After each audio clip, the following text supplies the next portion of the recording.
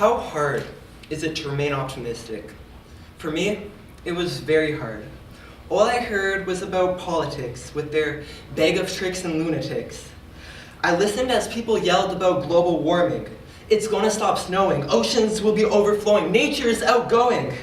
And worst of all, there is the Middle East, with all the deceased from beast released. And with all that and more, it made me explore the thought in the back of my mind to whom I couldn't go blind. Why do we maintain our hope?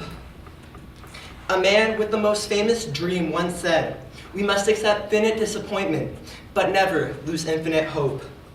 However, I had a dream too. Although it may not be as sky blue, I'm sure there's one or two who wonder if there's anything we could do to just start anew.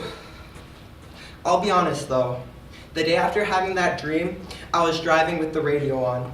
It was there on the highway that I heard a song that brought on a new dawn. It sang, "Every victory comes in time. Work today to change tomorrow. It gets easier. Who's to say you can't fly?" That night, I had another dream. In it, I took the place of the people who came before me. Martin Luther King Jr. when he advocated to stop segregation. Nelson Mandela when he led the charge to end apartheid laws. Malala when she spoke for the empowerment of women. All these great people had one thing in common, which today I know is so uncommon. It's a word 4 letters long, but when you have it, you're so strong. H-O-P-E, hope. There was never a night that could defeat sunrise. There was never a problem that could defeat hope.